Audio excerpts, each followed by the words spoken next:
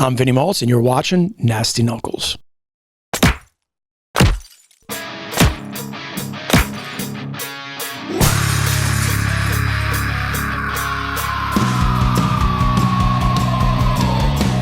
You're listening to Nasty Knuckles, the Hockey Outlaws podcast, with your hosts, Derek Nasty Sotomayor and former Philadelphia Flyer enforcer Riley Cote, as they go behind the scenes with your favorite NHL players.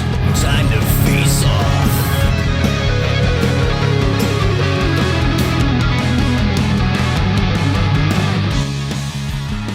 All right, welcome back. What's happening, Nasty? What's up, Rick Aurelia? How you making out? How's the weekend? Not going to dissect it. I'm not going to dissect it. What? Not dissecting the weekend? Not Tough going one? to dissect it. Any updates? Yeah. Yep. Yeah. No. I had a pretty good weekend, buddy. Sorry, we have we're not dissecting it. Have a little fun with Torch. Had a good weekend. Elvis' team had 3 games. We went 2-1. Beat Mid-Fairfield Rangers. I think they're ranked like 14th or something in the country. We're not far behind them. We beat them. We lost 2-1 and then won 3-2. Kids played really well. We actually deserved to win both games. Elvis played really well. He lost the game 2-1. Absolute cannon. I have to show you. Baller. Maybe I'll give it to you so you can throw it up there. I've never seen a 10-year-old shoot puck this hard in my life. But I mean, you talk about bar Dizown, like it flexing that thing I in said half to or Elvis what? after, he looks at me and I'm just like, buddy, like, what are you gonna do? Like, I didn't even expect it. And the funny thing is, after the game, I said, Did you see it? He's like, well, I saw it coming off his stick, but I don't think he didn't word it the way I knew what he meant, but he didn't expect it to be that hard. But he said, I saw it come off his stick, but then I heard it go by my ears. And you'll see it on the video. Like, it literally, when you slow it down, I mean, this puck goes by his ear, hits the bar, and hits like this much inside of the goal. I mean, that's how it was. But anyway, then his partner Maxie played the second game, and we scored a late power play goal to win the game. It was awesome. Nicely done. Kids were really jacked. They played really well this weekend, so it was a lot of fun. Yeah, sounds like the kid was using a Toby Raven. I think he probably 30 will. Actually, flex. I think he had a 60 flex, because he looked pretty strong. Like, this kid's mechanics on his shot, I'll show it to you, but wow. But anyway, it was a good weekend. Had a good time. A lot of driving. Went up to Oaks, and then we went from Oaks straight out to Connecticut. Yeah. So, yeah. It's a lot of miles, Nast. A lot of miles. Looking pretty fresh today. Appreciate you bringing the energy. Well, I've always got energy. You know that. I mean, never mind. Little devils. You got little devils in you. Double do. The dandy. Double D. Double D. Everybody loves double Ds, man. You know that. Most, anyway. It's a few that don't. There's probably a lot that don't. But anyway, since we last met, buddy, Flyers went 1-2. Not where we want to be right now. Not where I think anyone thought they would be. Not going to dissect every game. Last night's game was a little crazy. I liked their fight. They were battling. They tried. They were in it the whole way. But, after we came home from that win in Boston, and Ersson was playing great. We beat St. Louis. Yep, 2-1. Hell of a play. Baller will probably throw that up there. Paling looked like Connor McDavid coming through, just finding dicing, holes up ice. hits Hathaway, and my favorite was Hathaway's, like, the way he wow. he pushed him like, are you kidding me? Yeah. But hell of a play. That was highlight reel. Looks good. Looks like we're starting to get on a roll. Sam gets hurt. Not the greatest. Doesn't seem to be too serious. I believe Baller was saying he's going to be out about a week. Don't really want to be losing him, but they gave Kolosov the net for the rest of that game, who I thought he played well. Yeah. In that game, we just couldn't score. Boston returned in favor of the shutout. And then last night's game, like I said, a 6-4 loss. We're down at number 32 in the league, and I just tough. did not expect that at this point. But well, it's going to be tough to win games when you're getting 20 shots a night. You know, Very I think the good last point. 3, they've gotten 20 shots. They won, obviously, a 2-1 against St. Louis, but it's not enough offense generated. And, I mean, anybody that's watching the games will tell you the same thing. What do you think? I mean, we added Michkov as far as a forward. What do you think the issue is? I mean, you're right. You're not getting enough shots, and you have to get shots and quality chances. The power play's a bit better. It's been better. It's been better. They're getting some rips, and some secondary chances. I think that's what comes to mind, watching these games and the goals and the scoring chances is that there's no real secondary third opportunities. There's no like real scrums. Not a ton of these. Right. Opportunities to crash the net. It's kind of one and done. I don't want to say perimeter. They're getting some, chances off the rush, but yeah, I mean, I think it's just like the old saying. It's just like throwing more pucks at goalie's feet, crashing net, getting a little greasier, right? I mean, the secondary third opportunities. Well, I guess you could. Yeah, I mean, they need more of those. Yeah, right. I mean, for sure. They're obviously, just lacking in the offensive opportunity department, and to manufacture goals regularly. Again, they won 2-1, 2-0. Like they're going to be low scoring games. We know that, and it's probably not going to be the prettiest of hockey, but a win's a win. But that's it, and it's okay to be ugly, because that means you're grinding. Like look at last year. I mean, they were winning games, tight games. They were always in games. They'd come back, and there was dogfight, and it was nothing more than there was nothing really overly sexy. It was just like they were just determined and they were resilient. And then we've seen flashes of that this year. I just think that they're just not generating enough consistently. There's a space between these flurries of momentum that you see other teams go through. Seem to start off the games pretty good. Right. They're getting some pretty good scoring opportunities right out of the gate, but it just I don't know, just kind of fizzles out a little bit in my opinion. But they have to find a way because it's gonna be a long season if they're not generating any more than 20 shots a night. Yeah, we're gonna have to do something to fix that. But what do you think? Not gonna dissect it. I was happy to see Frosty. Man, he's my guy. You guys know people are all over me too. He obviously hasn't had the start that we wanted. Baller, you dick, posted last night. What a snipe! I'm just happy one went in for him. It was like he got down on that knee like Crosby almost, but missed the puck. It hits him, goes in. I don't think he gives a shit how it went in. I don't think anybody does. It gets him going. This kid's been snake bit. I feel so bad because he's like one of my favorites, and but he's got to put the puck in the net, which hopefully he starts. And it's nice to see Tippett get a Tippett type goal. I mean, just an absolute ripper. That was a ripper. It was funny. JJ thought the goal, he thought it was a save, and I did too, honestly. Got it toward the side. Couturier bunts it back to Konechny for Tippett. The shot, save made. Oh, that's it. That's it. They score. Wow, it came in and out that quickly. And then Tip raised his hand. I'm like, did that go in? And then obviously Boosh was like, I think it went in. What a release. And but great play by TK. Another 4-point night. Yeah. He's hounding it. Yeah, he's playing hard. But like you said, it's I think Baller. What'd you say? Coots scoring last night. What was that stat? Sorry. Frosty scoring was the only other center that scored besides Coots, because when Lott scored, he was on the wing. Yep. That's not good. Yeah, that's not good. You obviously need more production down the middle. And, to what you're saying around Frosty, like ugly goal, we'll take it. Obviously, he'll take it. But think of some of the opportunities that he's had the last few games exactly in that spot. Right. Like a through the legs, strong side play. I think he was against Boston. He got a wrap Corpusalo, around. hit the arm and then the crossbar. One or two or three of these, go in. They're kind of difference makers, and I'd like to think that this takes the monkey off his back, right? Because he's in the right places. He is. Just got to find ways to finish it, right? I mean, it's always the question. You could see in some of the games where he's had really good chances, and just something weird happens, like you're not getting the bounces.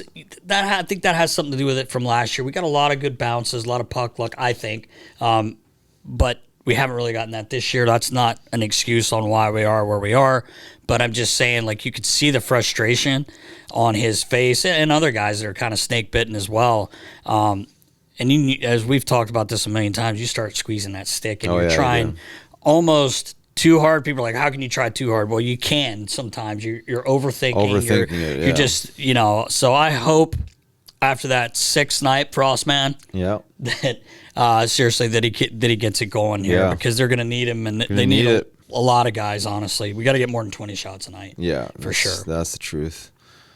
What else you got going on? Well, I mentioned quickly, Ersson gotten hurt. Hopefully he's back within the week or in a week, like Baller had said.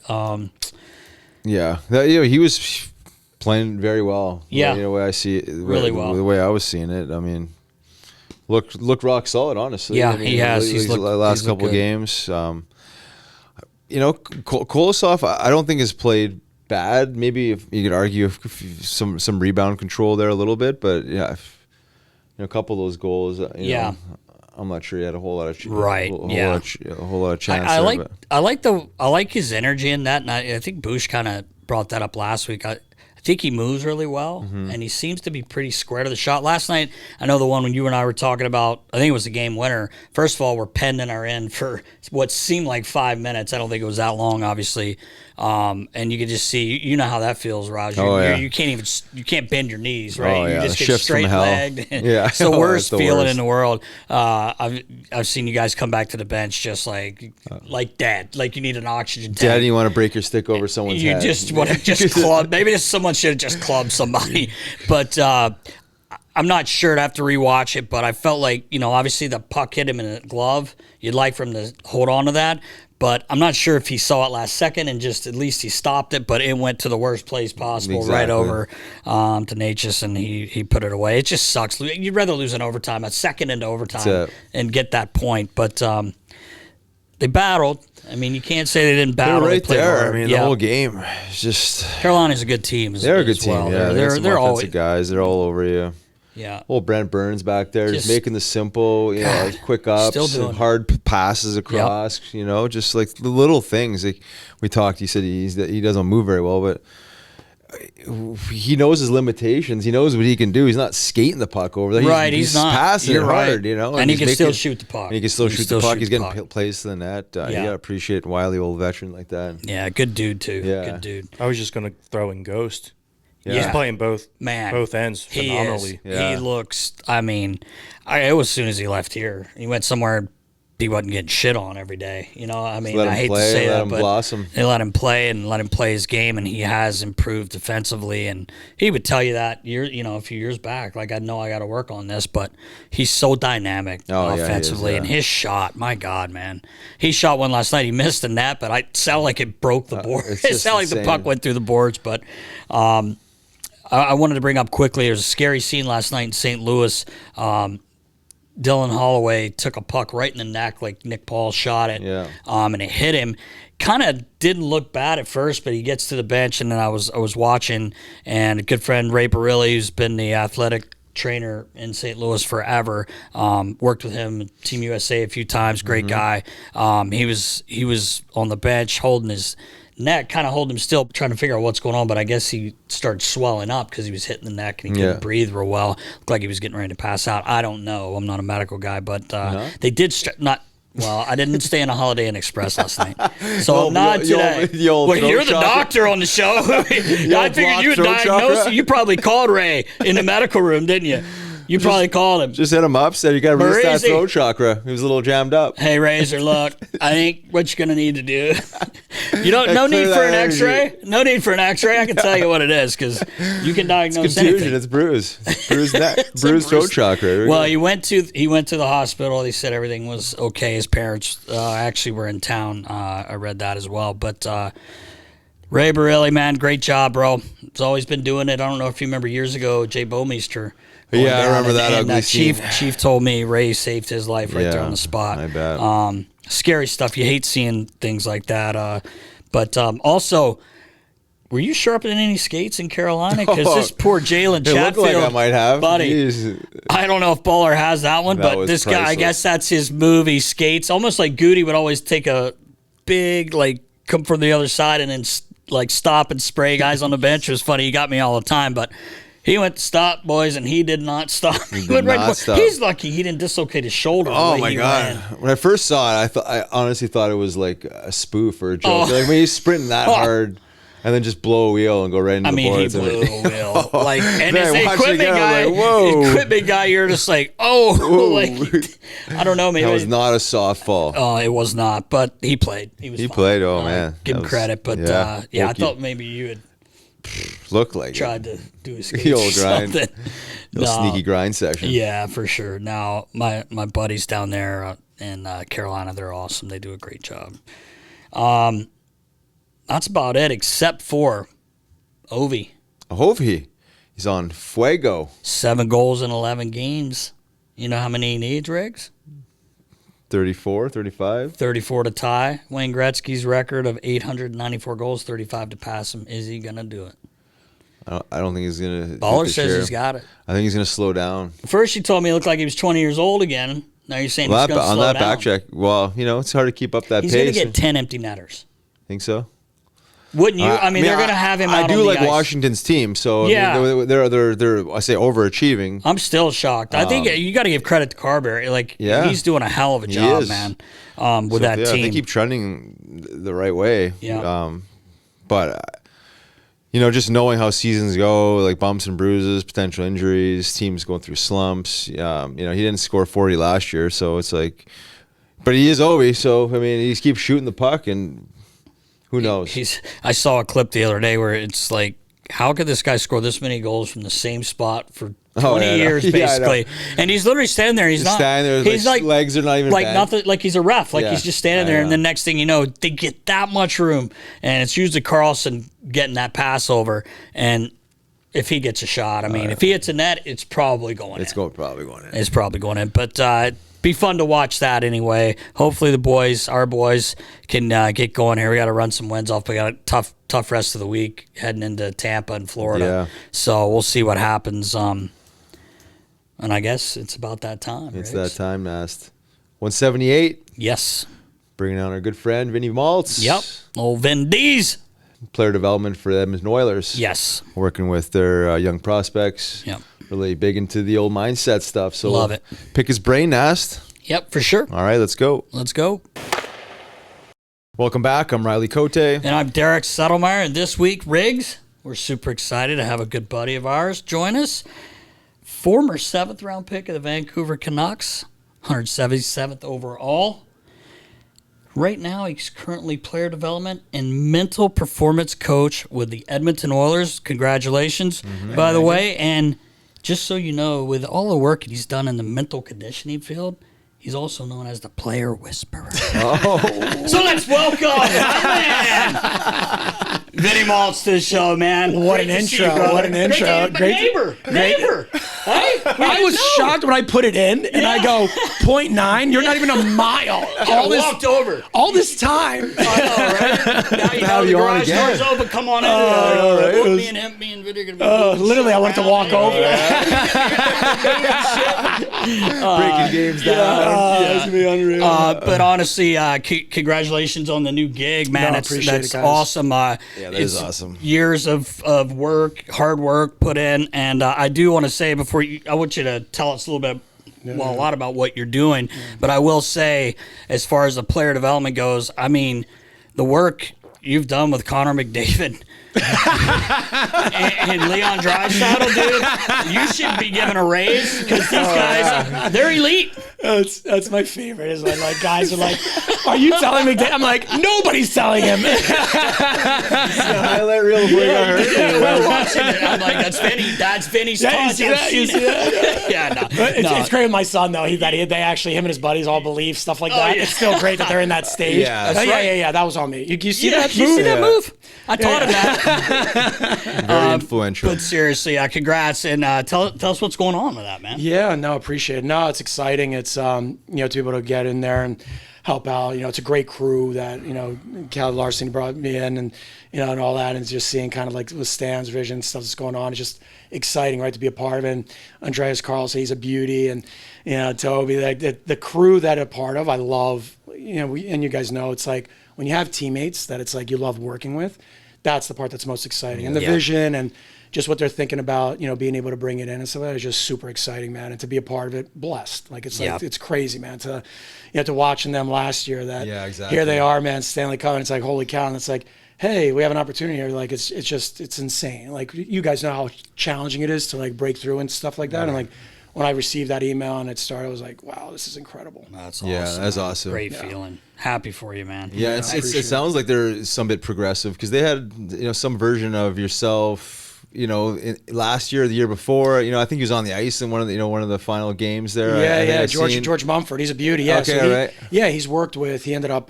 He was back in the day with Jordan. Right. And Kobe, yeah. Exactly. And oh wow. He's done. Yeah, like so he understands how to deal with stuff like that. And he's an amazing. What a cat. Like, oh my God, sure. You guys will love him.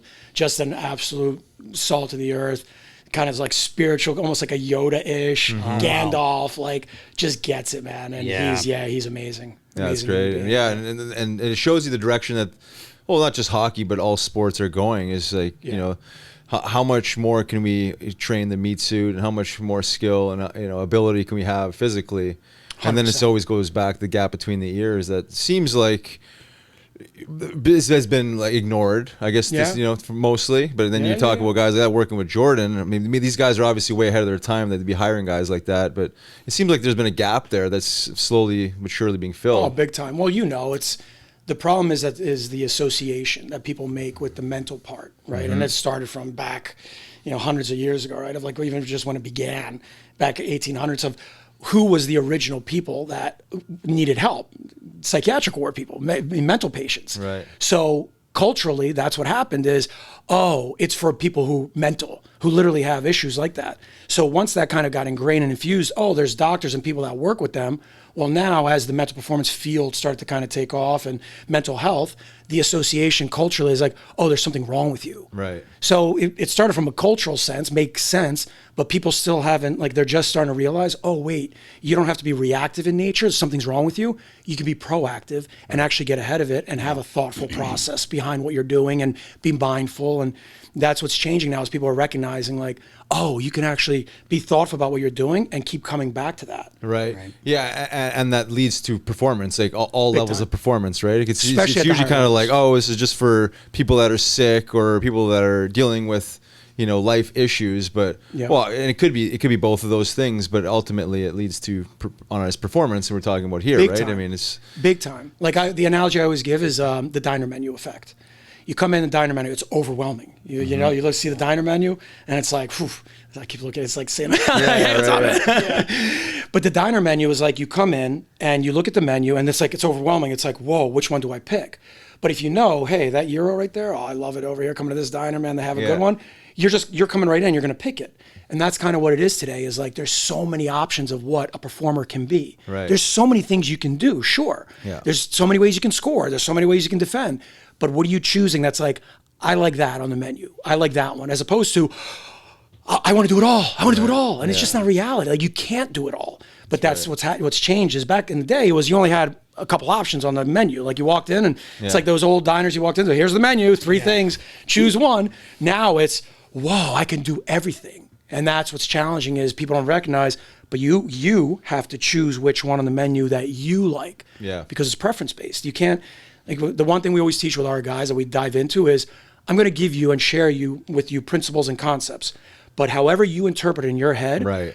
As soon as that happens, I'm going to grab onto that because it's your language. It's in your head how you see it. That's right. And that's what we need to do is make sure that whatever that is, let's keep that top of mind and not allow the waters to get muddied with other language and other ideas because to you, your interpretation is like that. And that's what I'm always fighting for with our guys. Right, and that encourages like the authenticity of the player, right? Their own individual creativity coming forth. The idea has to come from you. Yeah, it really does. Come from you. A quick question around the fine line of like back in the day. I say back in the day was like the label of mentally weak, right? This guy's just weak, I always love that. And there's a fine line of obviously a level of mental toughness, right? Resilience, persistence. Can you give me some sort of gauge of like that fine line of where it kind of seeps into this other world? 100%. Is it mentally weak or is it mentally confused? Right. Yeah. Right. Like it's look at it. Like the reality is like if I'm uncertain about a situation and I don't have clarity and you're not helping me understand, this is what's expected of you. Like especially in the pro realm as an example, right? Again, every level's different. I always love the people that say, from NHL down. It's like no, pro, youth, amateur, very different worlds. But in the pro realm, you're being paid to do a job, right? Well, once you got paid, now there's a certain expectation that comes with it. Right. But from an organization standpoint, all that, coaches and all that, are you being clear on what this player's behavior needs to be, decision-making needs to be consistently? Are you holding them accountable to it? Are they aware of it? Are you having dialogue around that consistently? Or, he doesn't get it.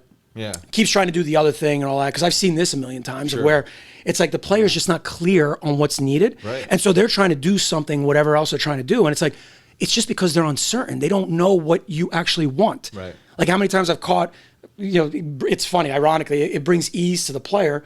Go in there and ask to show you examples on video of what they mean by that you're not finishing that play, you're not hitting that guy, or you're not picking this guy up. Have them show you examples on the video. Coach, it was crazy. I went in and I asked, and he got mad at me. Yeah. Like that I was asking, I told you to know. And it's like, well, now do you feel better of like, he clearly doesn't know. Right. And it's no disrespect to your coach, but do you now understand you're freaking out? But the very person that wants you to do that doesn't know themselves. And it's like, that's true. Wow, I feel better about that. Yeah. And so we define, and again, there's different variables, right? But like we take this mentally weak approach, and it's like, no, you're just mentally not clear. You're uncertain. And because of that uncertainty, which the leadership and everybody isn't clear on that, we put labels of, oh, they're an idiot. They don't get it. They don't. No, you are the ones that pay them, or you're the ones that run the show. There's a bias always. There's an authority bias always of like, hey, I'm here for your thing. If you're not clear on what I need to do, what do you expect me to do? Right. And that's the biggest challenge with all this is we call it mental weakness, and the way I say, I'm like, no, it's just mental confusion, man. Right. Like you're not clear. Right. And then if you have a guy that's clear, like I coach in the American League, and I had a lot of these powwows with the players, right? Mm-hmm. The buffer zone. We think that we're clear, right? Like, here's the roadmap. Like, this is where you stand in our depth chart, and this is what we expect out of you. When they can't show up and do this consistently, it's whether it's a lack of like acceptance of the role or wherever it lands up being, they're thinking there's something they're not, or at least in that moment. Like, how does that conversation go around? Like, does that become like a mental weakness because they're not able to adapt to their surroundings and their environment, or is it like, even though we're like really clear with them, is it just like an adjustment that they're choosing not to make? Yep. You know what I mean? If you're asking them to play maybe a lesser role, but maybe a more physically demanding, not about the fighting, but maybe you have to be on the fourth line and grind a little bit more. Yeah. And they just like have a hard time wrapping their head around that adjustment. Is that a level of mental weakness, or is that just like, or is it just like maybe they'd rather be a good player in the American League than being a third, fourth liner in NHL? Bingo. And then that's okay too. Bingo. Right? That right there. And there's so many different variables, right? So like one of the first things that comes to mind is like marketing 101. You need to see a product 7 or 8 times before it becomes familiar to you, right? Mm-hmm. Right? So when we pick something for a player and we say you need to do this, are we patient and giving it time versus, well, I just told you about it, you need to go do it. Right. Because one of the things that you've recognized with even players that get drafted today, right? A big issue that you see with them is when they grew up, they were the guy. Right. They were the player. They could do whatever. They could do no wrong. They get to the pro level, it's like, hey, now you got to play structured. Yeah. Now you got to play within a system. Well, cognitively speaking, all these years that they've been one way, and now you're telling them, hey, I need you to adapt to my thinking process, my structure. And they're like, what do you mean by that? So there's this resistance, right? The cognitive dissonance that happens of like, I don't understand. Like my belief doesn't line up with what, when I did this, I had success. That's right. Now you want me to think differently. That doesn't make sense. So there has to be that patience window of where there's different steps that go into that. Number one is that you're patient. It takes 7, 8 times. We know all that. But then with the player, that they're clear that you catch the behavior when it happens. And you see that right there? There it is. Like, and the best is, I always tell guys all the time, as soon as they do the behavior once and it leads to a goal or something really good, you're off and running. Now, there's a part of our brain called the reticular activating system, right? Base of the brain where the neuroscience is like literally, if I decide, so a simple example is I want to lose weight. And if I believe it's important for me to do, eat protein, drink my water, exercise each day, I have a couple steps. And I believe if I do that, it's going to lead to me losing weight. Well, 30 days later, you step on the scale, like, oh my God, I lost 20 pounds. Bing, bing, bing. The habits that I was doing, oh, sick, it works. Now you believe in it. And it's the same idea with the habits of you get them to see something, and then when it actually works that first time and it leads to something like successful, bing. It's like, oh my God, it works. Yeah. Then it just becomes easier and easier after that to get them to believe in it. Right, because it's knowing now, right? Belief becomes a Bingo. knowing, right? You literally know it now. Yeah. Bingo. Yeah. What do you got, Well, Ness? I was just gonna say you're talking about that. Like he eats like birdseed and drinks water, so that's why he's lost so much damn weight. I guess it did go bing bing bing on you, but. I guess to some degree, Yeah, Bing, he bing, weighs bing, a bing, buck. bing, He weighs $170 now, Vin. Well, No, I I'm don't have kidding. to. Yeah, I know. I'm fucking around, Picking up but it the just made me cheekbones. laugh because this guy, he dropped it. I mean, I think he's still got muscle. He's got some muscle to him. I think. I don't know. Dude, he's doing all the yoga, man. That's the thing, the hot yoga. But no, I'm kidding. But that does make sense what you're saying. Once you see that, oh, this worked, Bingo. or you start. It starts. But it takes snowballing. patience. Starts It takes a snowballing. ton of Right, patience, Right. yeah. Yeah, it Honestly, does. yeah. It And does. consistency of message. Yeah. Like, Yeah. hey, you see how here? Because you're always kind of like refining, right? It's like Michelangelo. Like they're doing it and they did a little bit of it. Hey, that you Yeah, see right exactly. there, but you see how you missed that? Keep going. Yes, Yeah. And then exactly. it's just that It's a chipping little- away, that's right. but it takes time. And the simplicity Little part is hard for flashes. people, And right? it's hard for some people, and if we're talking hockey, it some people don't have that patience, No. and you should have that patience. Oh, yeah, especially I think when you it's invest necessary. into these Big kids. time, Like man. you Big obviously time. know about that. Yeah. Big time. You have to. The big key that you just said to me is the patience part of patience. it. You have to be patient. It's hard for fans to be Well, yeah, patient. I know. It's hard for management to be patient. Sometimes. Anybody to be patient. We've seen guys. I mean, look at Patty Maroon. I mean, Yeah, I know, I'm not right? saying he's a good friend of ours. Yeah. But there was a guy I don't think we were very patient with. Yeah. And he ends up having to still fucking playing. Yeah, I know. I mean, Yeah. the big rig and the patience is huge. Patience is I huge. love that part of I that. got a so. question for you, Vinny. 10-year-old goaltender. Any advice for a 10-year-old goaltender? Let me tell you something. Start skating. So Elvis follows Vinny and on social media, and we ran into you at the development camp. I think it was the last day they were scrimmaging. Yeah, I don't know if you yeah, remember. yeah, of course. And of course. you came over and you started talking to Alvy. Dude, he was on cloud nine. You should have seen him. He was like, That's Coach awesome. Vinny's talking to me. Not a big deal. I was like, settle down. That's the Like, best, eh? No, but That's it was the cool. It best. was cool. You stopped and you said hello, and you spent a few minutes with Elvis. He loved that. But Yeah. it's more about, do you have any advice for dads that have a 10-year-old goalie when you just wish they weren't goalies? The anxiety. Oh, man. But no. No, it's a real thing. Like, yeah. listen, it is. Like, that's why, like we were talking about earlier, right? It's so challenging because families are naturally doing what they grew up with, what we know. Oh, it's sports, association, release, scream at the TV, pro sports. I'm going nuts. Oh, well, youth sports has to be the same thing. And it's like, no, it's not. Yeah, I know, No, right? it's not. There are two different worlds. That's what I mean. It's like when people say, like, it's the same. No, they are different principles and rules. Completely different principles and rules, and we don't acknowledge that and recognize that enough. Right. Yeah.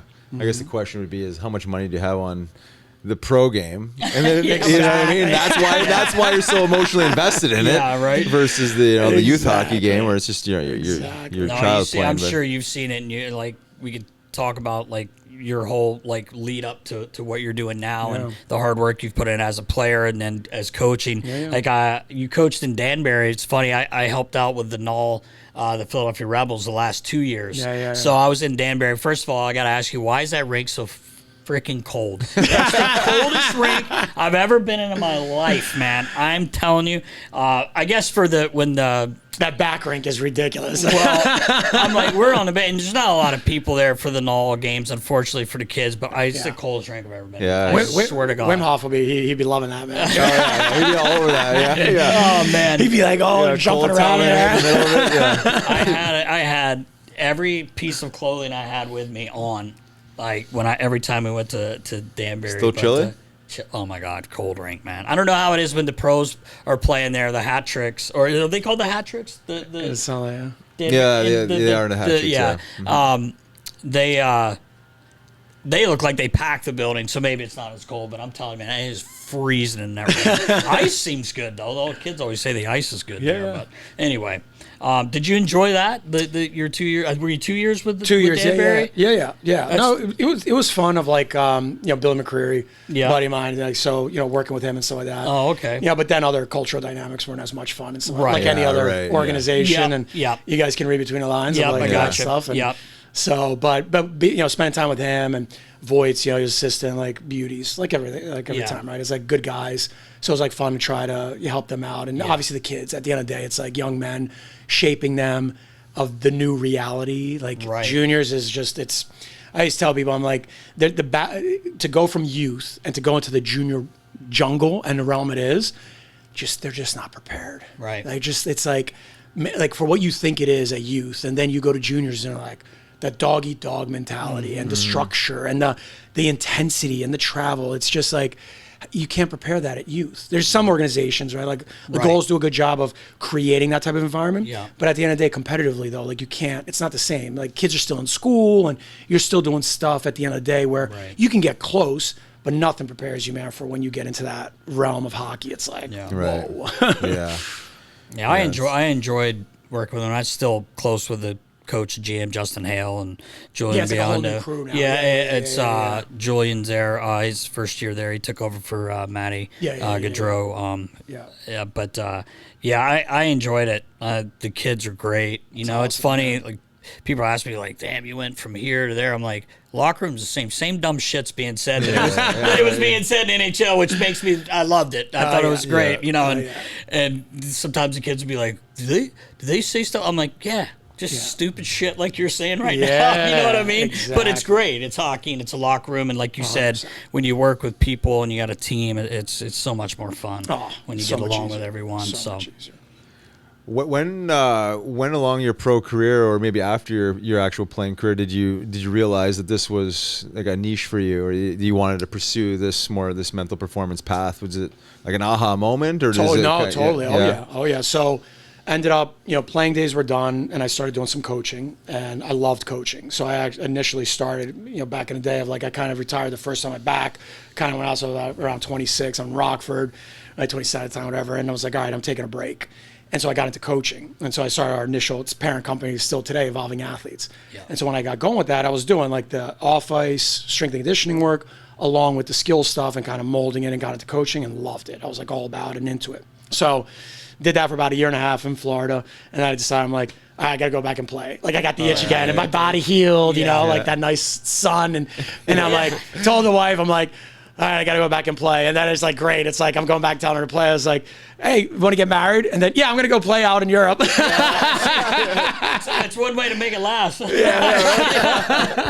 Sorry, ladies. But exactly. But at that time, it was cool because when I went through that, I got into coaching then. Then I was done. I went out a little bit, played a little more, and I was like, all right, I'm done. I love coaching. What am I doing? I love it. Time for the next phase. Got into coaching, and a few years in, I was coaching at the junior A level, at the EJ, was doing the U16s, 18s, top team stuff. So it was like I was always around that culture. But what got interesting was when the playoffs would roll around for about 3-4 years, I noticed this anxiety of like, I missed the game. Like, as a player, I love the playoffs. I love that. Right. Let's go. So every April, May, deep depression. Started like, even at times, like that suicidal thought of like way too deep. Like feeling this like, man, I hate this. So after a couple of years of it, I just kind of sat there and I was like, I can't live my life like this, man. Like the rest, is this going to be the cycle and the rhythm at the end of every time the playoffs roll around? I'm going to go into this depression. Like, can't work. Right. So fortunately, a buddy of mine, Brian Grasso, him and his wife, Carrie Campbell, started this mindset performance institute. And at the time, it was like Free Thinking Renegades. And so they were doing this mindset work.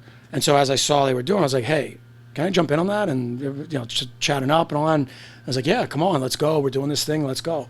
So I went in and did my own work for a couple of years. And so as I did my own work and really understanding myself, becoming aware, what do I really want? What do I understand about myself? Like, what do I really want from this life? It was crazy how it came and boom, I was going.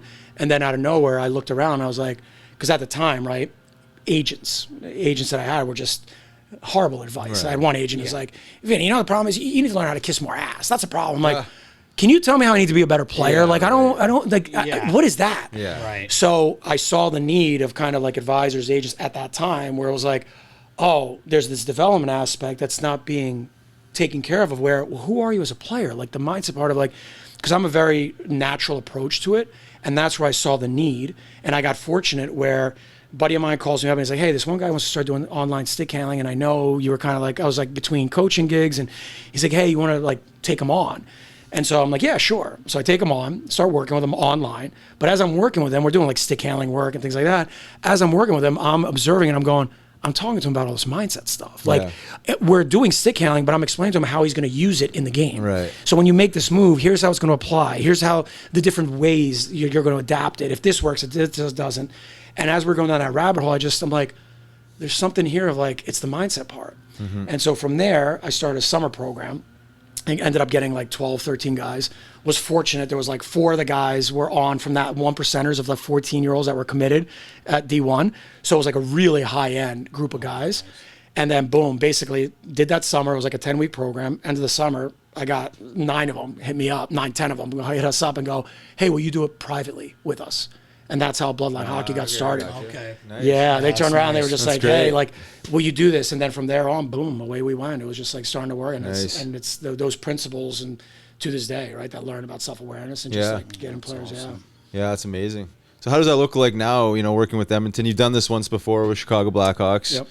I guess you're under the scope of player development. Yep. Like, how does this look during the season? You're bouncing around, like breaking down film with these guys. Yeah. Like, how does this? Yeah, the prospects and stuff like that, doing stuff obviously can't get too Yeah, much crazy you know, detail and all that. You guys all know the the deal. McDavid's Yeah, exactly. We know what you did there. You know the deal. I mean, it's crazy. Exactly. But yeah, it's dealing a lot with the prospects, right? Yeah. Always meeting up, right? Making sure that we're all aligned on the same page of what is it how can we support them best to make the adjustment, right? Because it's a big adjustment to go from when you're in that amateur space and then to become a pro.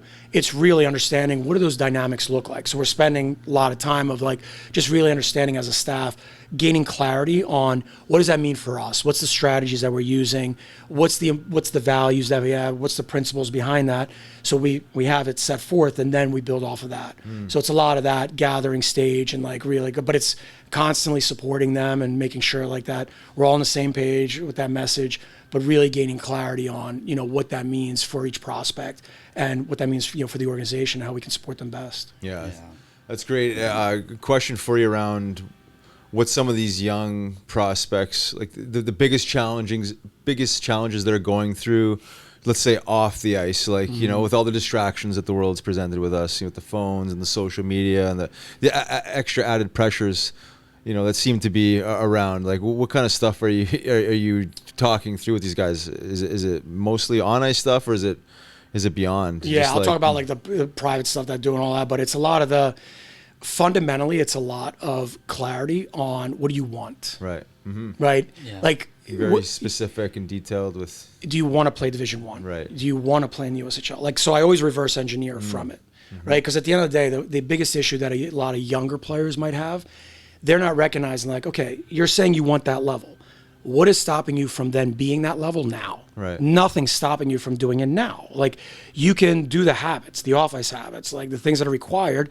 You can start to get in the gym, eat right? Watch video, ask the right questions, assessing yourself. Like, you can do all these things and start behaving that way now. And so it's getting them to recognize that if I'm saying I want to be a high performer or I want to have a high standard of excellence, then you have to start behaving that way into it. You're not just, when I get there, I'm just going to become excellent when I get there. Right. There's a foundation, a baseline that gets built on years. Like, one example I always give to guys is we know that, all right, you want to shoot better, but you don't work out in the gym. You work on technique and, you do the bedard and you lean on the stick and you're all pumped about leaning on the stick. But you don't put the work in off the ice in the gym to make your body stronger. Well, you're limited on the technical aspect of what that shot's going to do because you're literally not strong enough. So in your brain, you're thinking, if I just do this, I'm going to get better. And it's like, but you're missing an ingredient that has to go with this to make that better. And so that's what I spend a lot of time. Like we have what we call the mindset method recipe, right? So the mindset method it's basically become self-aware, identify strengths and challenges, simplify my game, create my vision, and then experience my values. The idea behind that recipe is each one separates it, right? So they can think of each one in each kind of vacuum. Like, so, okay, I got to be aware. All right, well, I want my shot to be stronger, as a simple example. Great. Well, what are your strengths and challenges with that? Well, I'm good at leaning on the stick, but it's challenging because I feel like I have no power. Okay, well then, how can we simplify right now to just have power? Well, I could start doing wrist roll thing. Okay, awesome. Well, then how do you envision that? What's the vision with that? well, in the game, I could, this is a shot that I'm creating. I could do that. Okay, great. So you have that. Awesome. Well, now you got to go experience it. You got to go feel it. Mm-hmm. And so it's a lot of that type of stuff, right? Of like getting them to recognize that the autonomy of there's a recipe behind this. Like one analogy I always use is first question I'll ask players when they come to us is, what's your favorite sandwich? And they might say, some say cheesesteak, right? We'll stick to a good old, and I'll ask, what are the ingredients? Right? And some, it's like, well, obviously the steak, the cheese, the bread. I was like, you like mushrooms? No. You like onions? No. I'm like, what kind of cheesesteak do you like, man? I just like the, Subway. I just started laughing. I'm like, you have no idea. You got to come Philly, man. Well, Riley definitely likes mushrooms. We know that. All kinds. Extra much. Vinny, he's put some on my pizza before, and I was on Pluto after about fucking 45 they minutes weren't Portobello. But it's understanding that there's a synergy then that happens between the ingredients, right? So I tell them, I'm like, well, you love a cheesesteak. Well, if I put peanut butter, is it going to be disgusting? Ugh, that's gross. I'm like, right. And that's right there is like, you have to figure out the 3 or 4 ingredients that when they come together, like your tasty cheesesteak, when those come together, that tastes good together. It's the same thing with your performance. If I do those things consistently, those habits together in the recipe, now it synergizes and goes, wow, that tastes good. Oh, that thinks good. That feels good I believe that works, and I'm seeing it, in real time. So it's getting them to recognize with a lot of them today, it's that you don't need, because especially when you're talking about high level players, they know the answer of what they need. They already know, right? They know. Exactly. It's the diner menu effect. Exactly. They know what they need to do, but it's like, hey, you like the gyro? Have the gyro, bro. Like, just have it. Yeah, but wouldn't this be good? The eggs and the omelet. I'm like, isn't that good for me? I'm like, that's okay. Yeah, it's good for you, but that's good for your soul. Yeah, right. Isn't it? Do you love the gyro, right? That's good for your soul, bro. Like, yeah, but okay. And that dissonance right there of like, but isn't that a better choice? It's like, again, isn't that, and the one principle we talk about becoming self-aware, I think versus I know.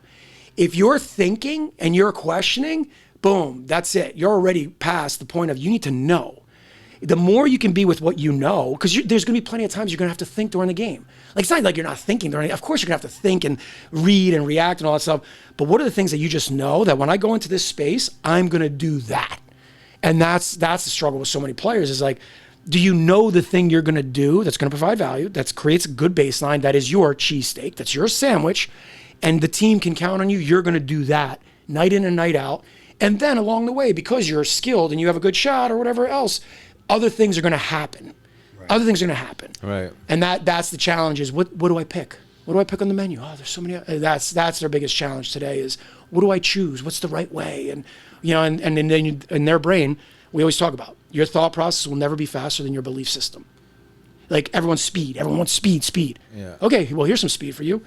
If you know how you thought about it and you have a process behind it and now you believe in it, yeah, no, I know this works, and you actually know how to make it work, boom, you're winning. Yeah. Because now you believe it. But like if you don't believe it, well, coach is telling me this and this, my agent's telling me this, and my parents are saying this. What do you believe? Yeah. What do you, does it sound right to you? As soon as I see that, boom, delay. That's it. Nope, not good enough. It's got to be certain. The belief has to be, on point. And that fine line of like the belief becomes a knowing, right? Because you can't believe and know at the same time, Bingo. Right? I mean, it's like one bleeds into the other. Bingo. Where does like negative self-talk or the sabotaging of your own personal performance lie in this like recipe? Because it can happen anytime in any one of these stages, right? Yeah. We become our own worst enemy. How do you speak to some of these guys that are in that thought process of essentially sabotaging their own success, right? Yeah. By negative self-talk, creating storylines that aren't true, exactly. Playing victim, whatever else that you see along the way, right? And this happens with these guys. And 100%. And to me, it's like you can have like the formula, the recipe. If you can't figure that part out, you can get this. You can get the stuff, further along. You can move the needle along, but like. You're still kind of remaining idle because the thought process is not there. 100%. How do you coach that one with some of these guys personally? And generally speaking, poor judgment. Yeah. It's poor judgment, right? It's I'm judging the coach and the coach's actions. Why are you putting me with this person? So as soon as you do that, there's a cognitive trade-off. Like I tell players all the time, like there's no such thing as multitasking. Like there's multi-switching. You can go, hey, and then talk to somebody else, and you can switch from task to task, but you can't do both at the same time. Right. And so there's a trade-off when in your brain, if you're thinking about your coach is an idiot or somebody else or your teammate or line mate is stupid and or even about yourself, oh, I suck, I'm never going to make it. If you're thinking that, then what does that mean? Then you're not thinking about the other thing. Right. So it's that switching off. So it's the only way to think about the thing that you know works is to put the work in to know, all right, hey, you know what? I was really thoughtful about today. I was going to go do this today. I'm going to go engage and I'm going to consistently shoot the puck this way, or I'm going to consistently make this drive the net every single time, something like that, or I'm going to finish every check. Now that you've picked that choice, well, now when the negative self-talk kicks in, you go, wait, did I do that behavior or not? Like, hold on, let me pull myself back. Did I do that or not? And the more I can trade off from going to that place, and you have to catch that awareness yourself. You have to, yeah. The better you get in time because the more success you see with it. Right. And that's a challenge. So like a big part we talk about all the time with our players as a principle to make sure that they pay attention to is be careful of your feelings and reality. Right. So the feelings are 5-2 loss. We come in the locker room, coach is upset, everyone in the locker room's upset. We all know that feeling in the locker room of like, we lost. Talk to them after the game. We get on the phone, yeah, I wasn't good today. Whoa. You lost. The feeling doesn't feel good that we lost, but what do you mean you weren't good today? Were the habits, did you not consistently do what you were supposed to do? Like, is that the behaviors, right? It's like, did you do them or not? Well, what do you mean? I'm like, did you do the things that you know you said you're going to go do? Did you consistently do that or not? Right? And so it always blows their mind in that first conversation of like that they never even thought of it, that what's happening is because in the room, that residue of the bad feeling is creating an interpretation in their mind of poor judgment. Right. And that messes with them of like, oh, I wasn't good today because everyone else feels bad, so I should feel bad too. Right, it taints reality. Yeah. Big time. Yeah. And it's like, whoa, no. Hold on. You can hold both. Like we talk about the duality of hockey, the duality of life, yin and yang. It's the same stuff. You can have a bad feeling, but look at it and go, you know what? But I did a good job. Right. Like that's what being a pro is. Right. That sums up what being a pro is. Like that's it. I tell people all the time, like difference between amateur and pro is simple. Amateur, I wake up in the morning, I don't feel like doing that today. So you don't show up, okay, I'm gonna go back to bed, I'm not gonna do it. Pro is I wake up, I don't feel like doing that today, but all right, I know what I need to go do. I know my role. Okay, I'm going to go to work. Bam. Yeah. Done. Right. That's literally the only difference that you're battling for. But do you know your job, what you need to do, and all that? So a lot of that poor judgment, that's what comes from is that we're so used to the emotional, right? Like a lot of memories, everything is tied. We know visualization talks about this a lot. There's a lot of research to back it up of where you're tying the emotional state to memories. Right, like right now, right? We can start talking about a juicy lemon, and and your mouth is probably like watering, right, as you start to think about it. And so it's those type of experiments that shows you that the association to poor judgment is so strong because we grew up with our parents judging people poorly, our coaches screaming at us negatively, the media constantly negative. So there's this constant the scouts, that wrote up about you poorly. So there's always this poor judgment. And because you're always inundated with it from the environment, you're in the room, right? You're feeling it all the time. Now you don't see like, but wait a second. Did I do the behaviors? Did I do consistently the things that were required to be successful? Yeah, I did those. Actually, I played a good game. Yeah, right. And I'm amazed how many times where when the guys sit and we'll look at video and they'll go through and it's like, I actually had a good game. I'm like, right. So now do you understand why you have to understand and be aware and know the diner menu? Because if that's what happens is you now judge yourself. That could have been a talk with your wife, agent, somebody else.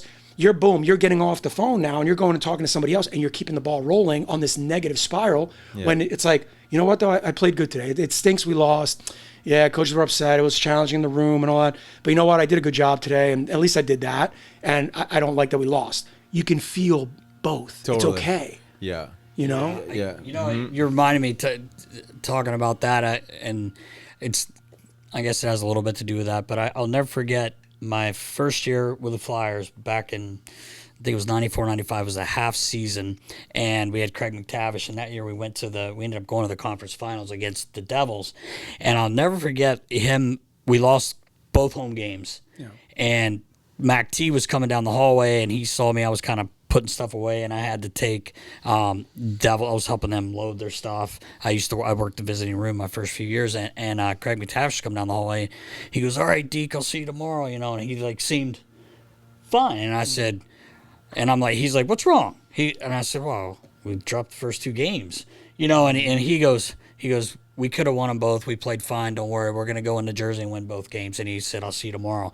And I just thought, how does he know? Like, and we did, you know, and we did win those games. But his mentality, like you said, Bingo. He said that to me. I'll never forget that. And I just thought, man, like, I would love personally to feel like that all the time. You know what I mean? Like, and that's the work. When you can. That's the work. That is the work. That's the resistance. I thought it was one of the coolest things I ever heard a player say. And I mean, I believed him. Yeah. The way he said it, like, he knew it. Because he knew it. Yeah, he really did. You become a believer. Well, that's the difference. You know, I mean, we end up losing the series, but we did go into Jersey, won both games, lost on a, you know, right before overtime there, Claude Lemieux, old Pepe, snuck one in from the clapper from the blue line. I think Hexie would like to have back. But I just thought that reminded me of that, what you're talking about there. You know, don't look at it so negatively. Because and you just brought up an unbelievable point that I love the analogy, right, of like the resistance. Like I always talk about strength and conditioning. Okay, like you tell the guys, how do your muscles get stronger?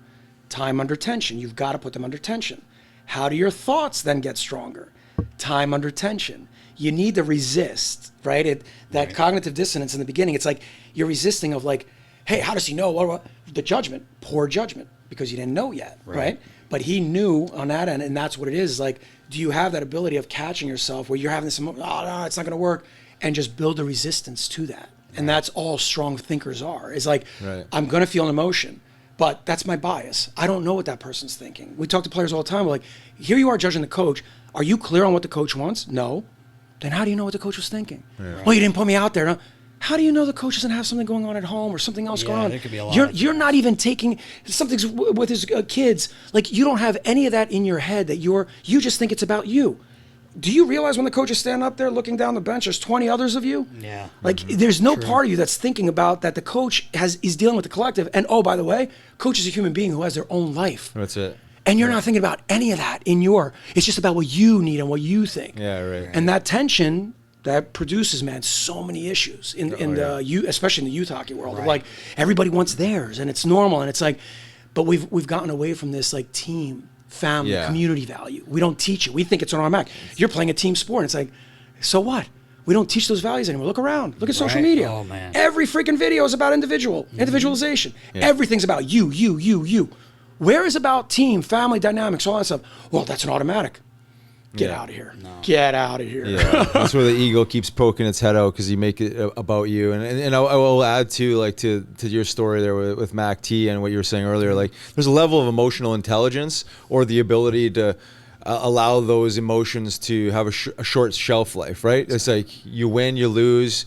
You can enjoy the feeling, the experience or not, or sit with the feeling of losing.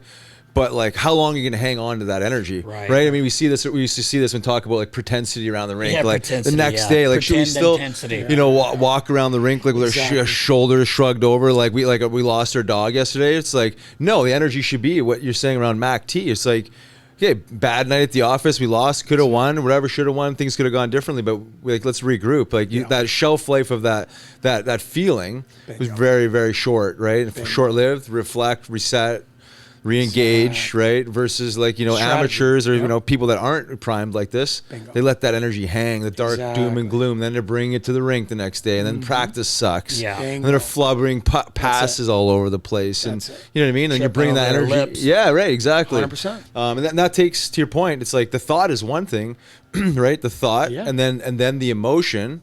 Correct.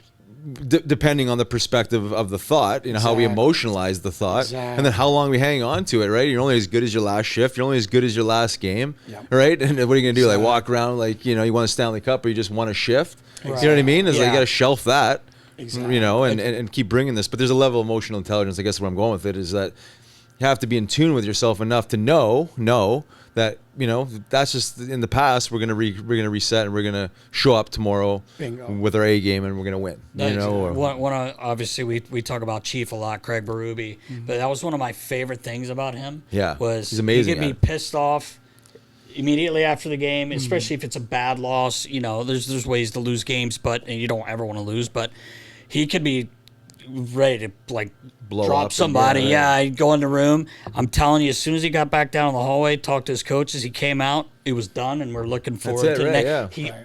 always was like that as an assistant coach, as the head coach. Yeah. And I think that's something that a lot of people can't do, even at the highest levels. Exactly. It's hard to do. Because your job's on the line. There's a lot of pressure. I get it. But I just think that's one of his biggest qualities as a coach is that he's able to move past it. Turn it on, turn it off. Yes. Right? And I think that's one of my favorite things about him. I agree with that. He's the best. He's the best at it. Yeah. Oh, yeah. Well, that's one of the concepts of, like, from meditation is, like, the stimulus and response.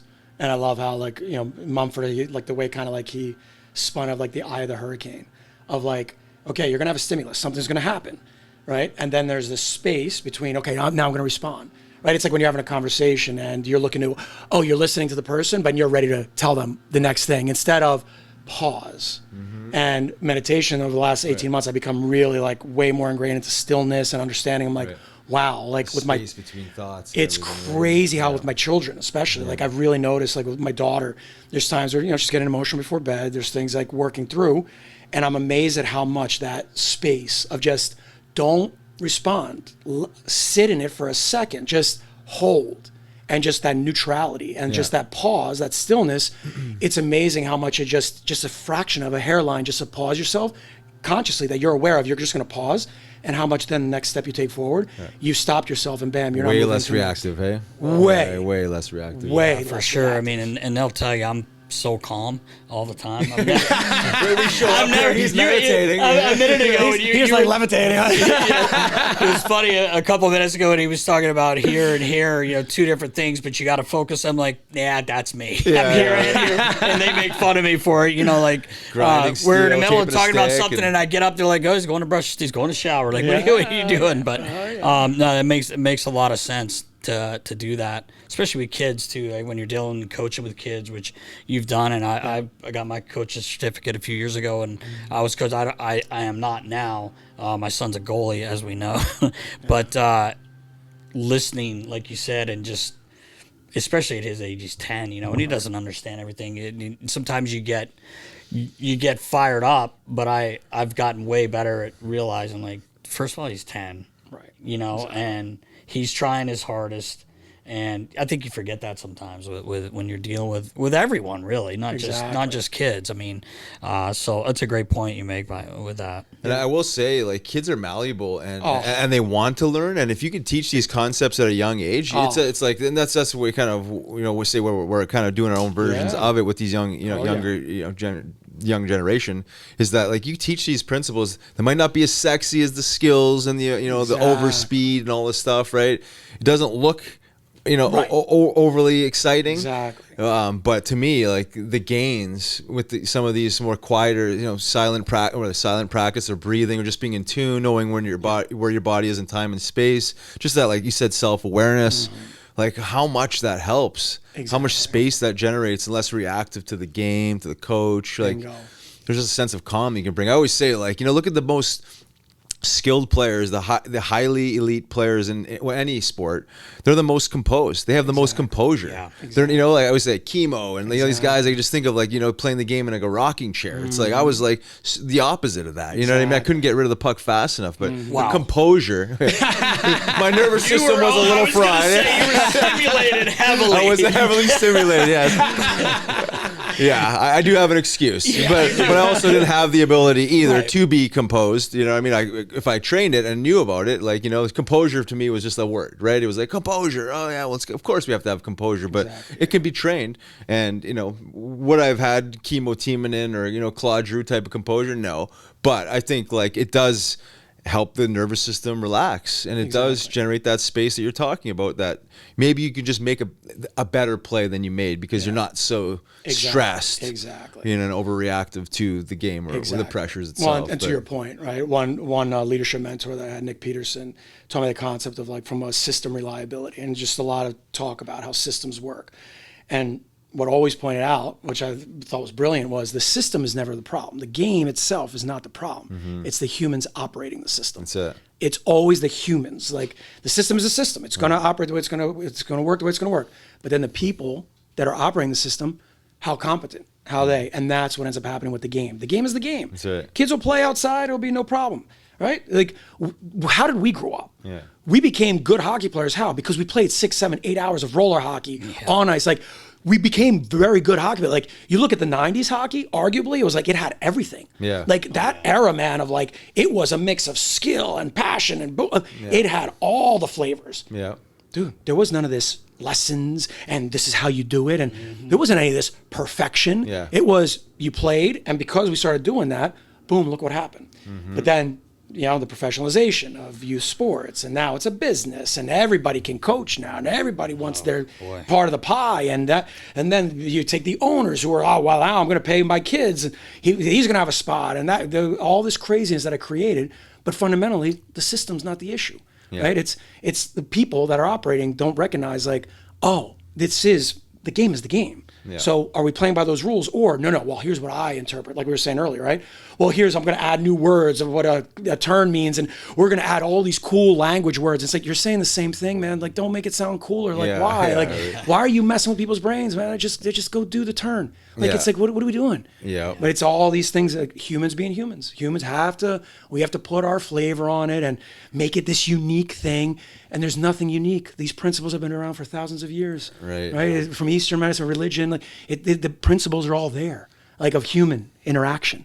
And that's the biggest issue we just haven't solved in the game. Yeah, so, right. I think there's an old saying like around like, you know, using sticks, like it's not the tool, it's the operator. Right? I don't know how many times I've heard that, because I was flexing the stick and be like, man, I should have hit the net on that one. It wasn't the stick, right? It's not the system. It's just like, how are you? It might have been that stick you came the green with. goblet? No, not the goblet. The one from when you came from the old thick Colonial or whatever. the Central Hockey League. Central League. Yeah.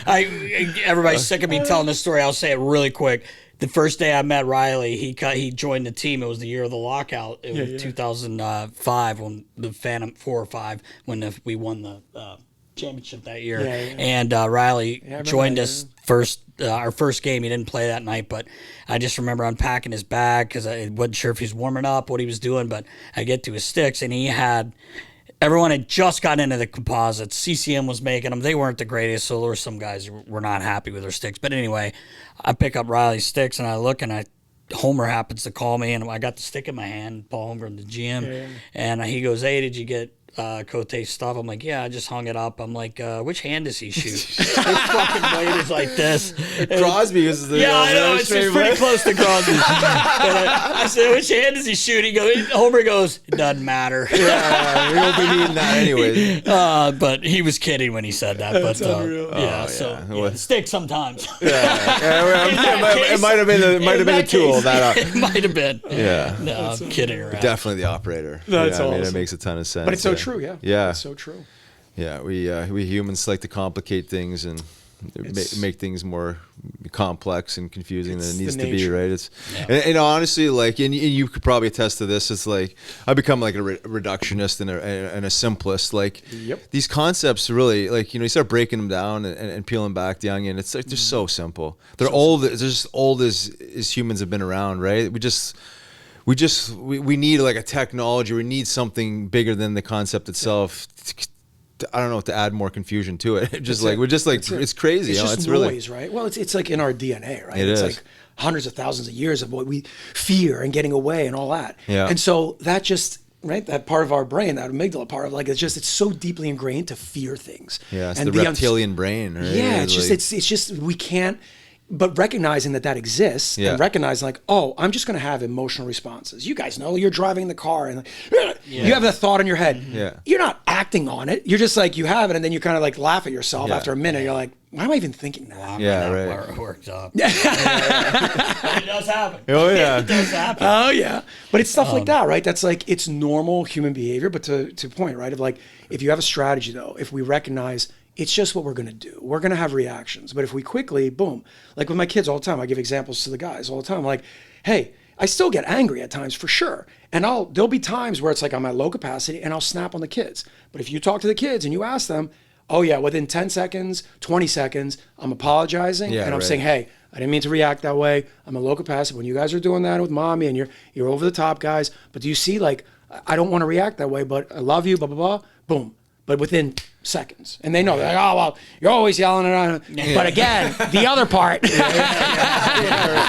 Well, you got to appreciate the honesty. I think at the end of the day, whether you're actually your kids or the the kids you're coaching, players you're coaching, like they can appreciate that honesty, right? Or just that level of being human, right? It's like we're all human here and enjoying this experience. But our response, how do you respond to it, right? Yeah, it's not a narcissist. You're not, degrading them and being an a-hole, right? It's you beating them down. It's like, hey, I'm a human too, and it's like I can only do so much between work and family and school and all kinds of stuff is going on. It's like, okay, I hit my level. It's like, okay, it happens, but I want you to know, like, hey, that's not how we behave or how I want to behave to you. Like, I love you, care about you, and imagine just, but again, I'm trained, I teach it every day. Like, it's easy for me to like say, because I've been like over a decade now of deep into it. Right. So it's easy to like talk about it, but like, it's over a decade of work of like it's work. Yeah, it is work. Oh yeah, and being accountable and owning your own shit is not that easy if you're just getting into it, right? It's like the ego. Time. It's like just protecting your turf, whatever else, right? But once you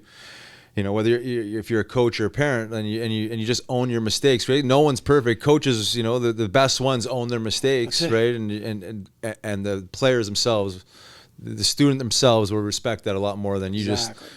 Pretending like you know it all and know that you don't make mistakes. Which is so much of leadership. Exactly. Like that, right? It's like, I know the answer. And you're a human like everyone else. Right. Like you don't. Like, and then they get mad of like you're getting mad at them, and it's just this perpetual cycle. Like, what are you getting mad at? Like you like I always laugh when coaches or I talk about with kids of like you're screaming at a kid who's 12 years old, biologically, literally not designed for that. Yeah. And then you've got the kid's got to toughen up, and he's got to. But I'm like. Whoa, hold on. Biologically, that kid doesn't have the maturity or the sense in their mind to toughen up. But we're not going to judge the coach who's screaming at this kid. We don't think there's any responsibility in that person. And then that coach is sitting there talking with the other coaching buddies. These kids today, they can't figure it out. They're done. It's like, they're 12 and you're yelling at them. Yeah. Like, are you serious right now? You're really having this conversation? Like, you're an idiot. The ignorance in it all, right, is like you say hurt people, but like, it's traumatized people will traumatize people, right? And that's all they know. It's fear-based teaching or coaching, right?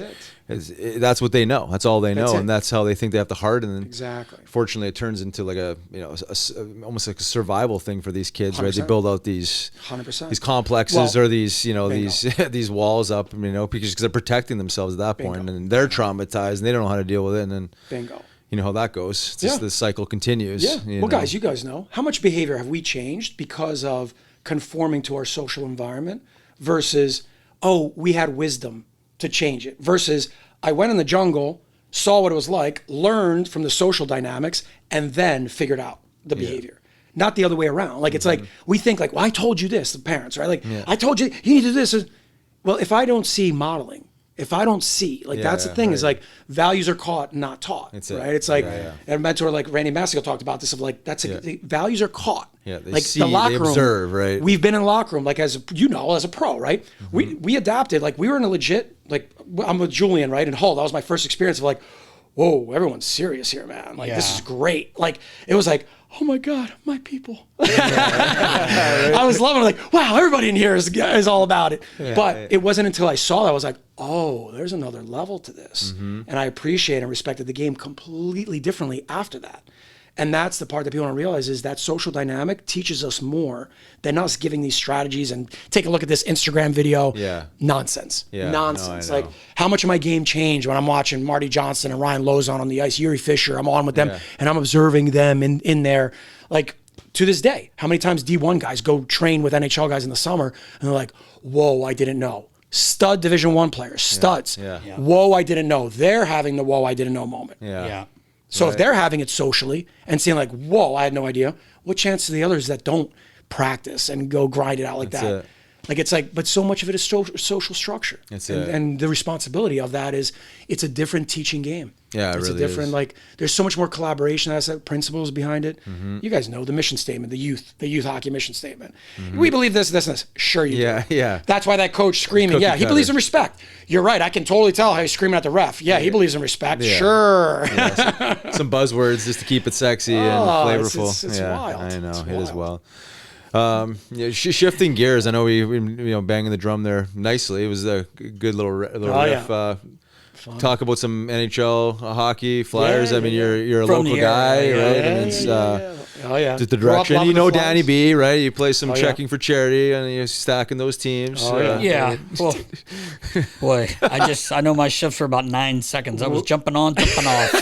This motherfucker in the back. He's gonna run me right over. Bobblehead, just like. We had half our team didn't come back the next day. You guys really sucked. I was like, the first day we were pretty good. Whenever Vince Williams was there and all the guys and Foxy, we lost a few guys, but anyway. We were talking earlier before we really got started. Actually, you and Riles talked for 2 hours. We should have had you mic'd. We should have had you mic'd. Yeah, you guys are. He didn't give you any of those mushrooms, did he? No. Into the mushroom tea. Baller said, are they going to come in here and talk about this stuff, or what are we doing? No, but in all seriousness, you grew up around the area, and in Flyers, the organization, kind of lost its way a little bit, and thank goodness it's back on the right track. Obviously, right now the team's struggling a bit, but just talking more about where the Flyers are, they're coming back to what we were used to. Exactly. No, listen. Yeah, I grew up loving the Flyers. That was always my jam. War 16, Bobby Clark. Yeah, that was my number, man. It was on that end, and it's fun to watch now. And ironically, I always love this story of I'll never forget my first time when Flyers back in '87 they played Edmonton right on it. It was the first time I ever cried like a baby after a series when we lost. Yeah, like it was like, oh my God, and it was like sat there and just like crying. I'll never forget my dad was just like, what are you crying at? I'm like, we should have won. So it's pretty funny. I have like that full circle moment. But no, I love, like we've talked about, right? It's like, I love what's going on with Danny and what he's doing. He's a beauty. He gets it. He's been around. And the guys he's bringing in, right? Bring the feeling of like the guys, the ones that have been in it, that understand it, right? And surround this culture back with that. And to what we said earlier, it just takes time. Like the impatience that people feel, it's like, it's not gonna be 1 or 2 years. Like Mitchie comes in, it's like, oh my God, that's it. I remember last year we did the Mites on Ice in February, right? And it was cool. Columbus came in, was able to see, Ivan came into town, all that stuff. And, as they go out and I'm watching the game, I'm like, okay, they're defensively sound, but they have no offense. Right. Like it was like you guys, it was like, wow, defensively, they're figuring it out. They're in position. They look good. But I'm like, zero offense. Yeah. That's why when Mitch came, I was like, okay, boom, building. So it takes time to like, okay, there's one piece, figure out other pieces. But I like the direction of where it's moving because it's like you have a bunch of people now that are collaborating and talking to each other, that have been there, that understand, that are open to these suggestions. And they're going to get there. They're going to get there. Like it's going to get back to the way it was of like the success and feeling it. But it takes time. That's the part that's so funny about people want to see immediate results. And it's like, you can't. The thing about this whole process of like what's going on is like there's always a base foundation that we all start from. Like, example, I go in the gym, I never worked out in the gym. And I go work out one summer. The next year when I come back, wow, you're so much better. Cool. You're so much better because you worked out in the gym. But you still didn't recognize now, but how do I use that now when I play? Because I'm still thinking the way I did when I wasn't working out. But now that I got my body stronger, whoa, I can make all these other decisions that I don't even recognize because I got to now think about that. And that's kind of like how the process works off of baseline and the habits like we talked about earlier is, okay, we have the defensive stuff down, cool. Well, now how do we score more? Okay, we got to solve that, cool, we'll get more players. Oh, the first line needs this, second line. And just little by little, it's not an automatic and we fix it. It takes time to understand. Go do the test, come back. Hey, we've been doing it now 10 games. What do you guys see? Okay, let's build on it. And as time goes on, it gets easier and easier to understand what's going on. And that's what I love about, they have a cool crew that's in there. Yeah, that just, and obviously, my bias of like, some of the draft picks that they have coming up. And I'm excited from a scoring. Yeah. With Noah Powell, like he's been one of my boys for years, and I love like he's a shooter, man. And he's tough as nails. Like like he's tough. Like he's that prototypical power forward that can score, and if need be, every once in a while, it's like okay, if somebody messes around, they're gonna find out. Like it's like and all that. But it's like that's what you see in the pipeline is they're getting that energy of like, yep, we have some scores coming up. Like so they figure out the dynamics, and then you start placing in some of these other guys. They got a future going. Yeah, definitely. And then you guys obviously nail some of these draft picks where they pan out, not just like play, but pan out and make a difference. And a lot of first rounders this year. I know the goaltending situation obviously got shook up there last year. I think Ersson now has kind of found his game. I know he's a little bit banged up, so a little bit of, so kind of like one step forward, two steps back. A lot of times in these rebuilds, right? It's addition, subtraction, 100%. But it is a process, and I think the average fan, I think they know it deep down, but everyone wants that instant gratification. They just want, we'll just sign someone to fix it. Well, you know how that goes. You pay a lot of money to a guy that's not going to fix it because it doesn't work like that. That's it. That's why I wish more of the public knew that. Yeah. Like, things take time, and you did something that you felt after 4 or 5 years. You saw, like an investor, like, I put all this time in, and look what happened. Look what changed. Yeah. Like. Yeah, and you look at you were in Chicago's organization. Obviously, they drafted Kane and Taves, and they built their organization, and they added all these amazing pieces around. I don't say just those two guys, and the Crosby, Malkin, and then the LA, the Dustin Brown, Kopitar, Tampa. Yeah, exactly. So the core, the nucleus was you draft well.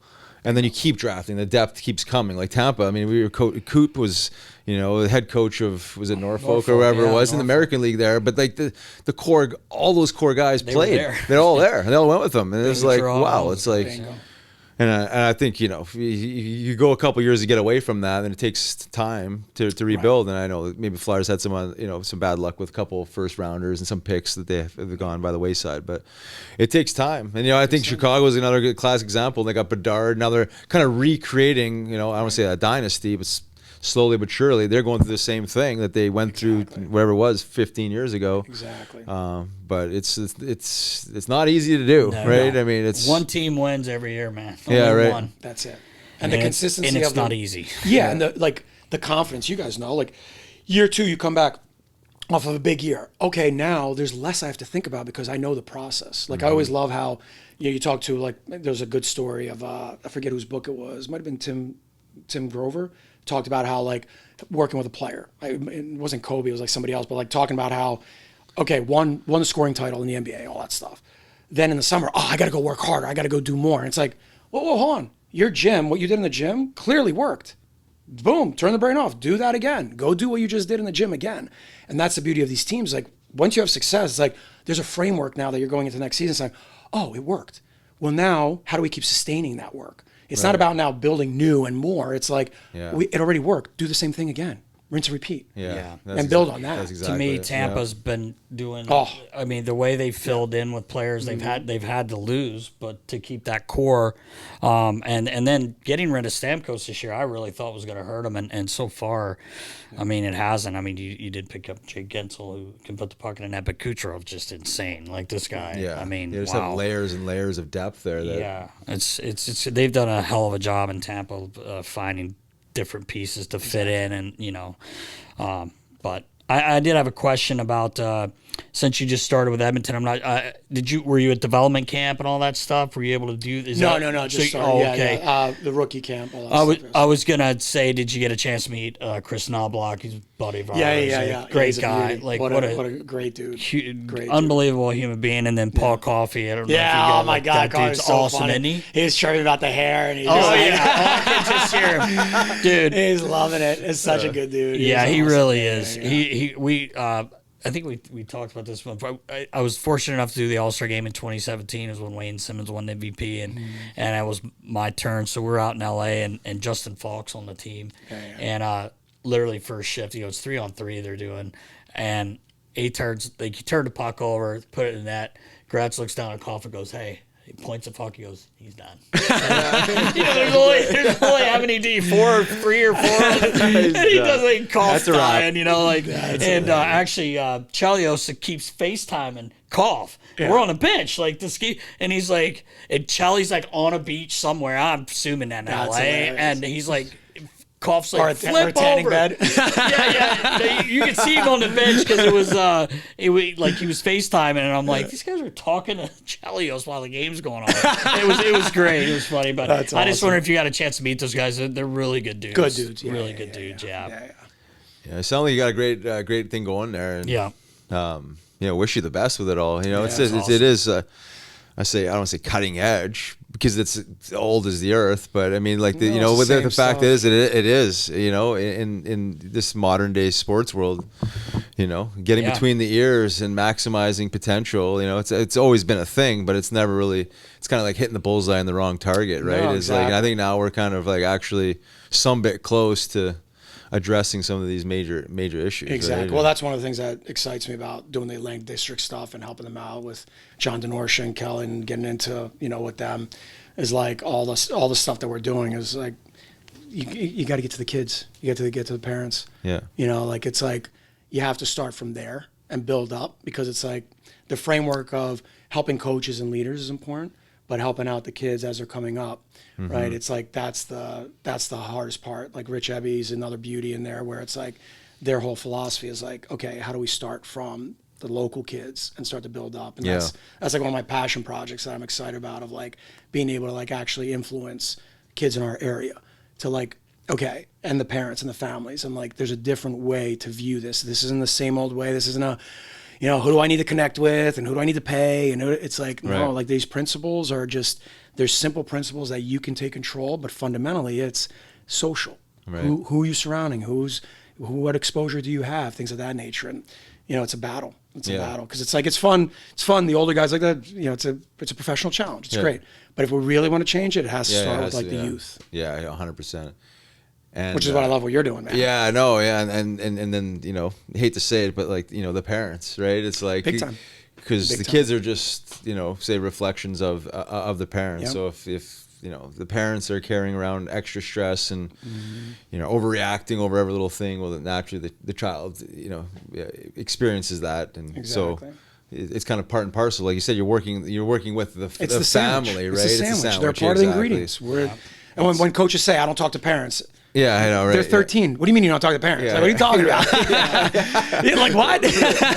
Yeah, Like, exactly. it's wild, right? Yeah. But it's all those little dynamics that are like, what are we doing? Like, it's how do you get everybody talking together? Here's what we're doing. Here's why we're thinking this. Like, We're all towing in the same direction, right? I mean, that's it. We're using the same game page. to develop good, solid human beings and Humans, citizens. yeah. That's it. Like, it's not about the winning and it's a development. Like, Right. this is the coolest playground there is, man. It's like Right, yeah. every, That's exactly we it. use the analogy, right? Of like one weekend of hockey is like 1 year of regular life. Yeah. Like, it's like the Yeah, think about emotions and the that. craziness of like, Yeah, to the average person, it's sure. like 1 weekend at a tournament, you go do one of those tournaments, you're going to walk out like, whoa. Yeah.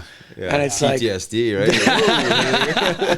what was get that all? punched? What was that all about?